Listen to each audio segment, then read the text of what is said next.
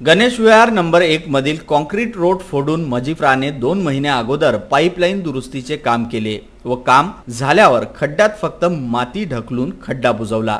त्यामुळे रेतीने भरलेला ट्रक रस्त्याने जात असताना या खड्ड्यात फसला व सेवानिवृत्त डीसीपी पीटी पाटील यांच्या घरावर उलटला। त्यामुळे त्यांच्या घराची वॉल कंपाऊंड व कॉन्क्रीट रोड तुटून मोठे नुकसान झाले। या रस्त्यावर नेहमी लहान मुले सकाळ संध्याकाळ क्रिकेट खेळतात, परंतु दुर्घटनेच्या वेळेस सकाळी मुले तिथे नसल्या कारणाने व घरात कुणी नसल्याने सुदैवाने मोठी जीवितहानी टळली। या घटनेचे गांभीर्य ओळखून युवा नेते प्रशांत जाधव यांनी दुर्घटना स्थळाला भेट दिली। मजिप्राचे न्यू स्वस्तिक कार्यालय गाठून मजिप्रा अभियंता मोरेश्वर आजने यांना बोलावले व तुटलेला रस्ता परत दुरुस्त करण्याची मागणी केली। असे न झाल्यास परत एकदा उग्र स्वरूपात मागच्या वेळेसारखे आंदोलन करण्याचा इशाराही यावेळी देण्यात आला।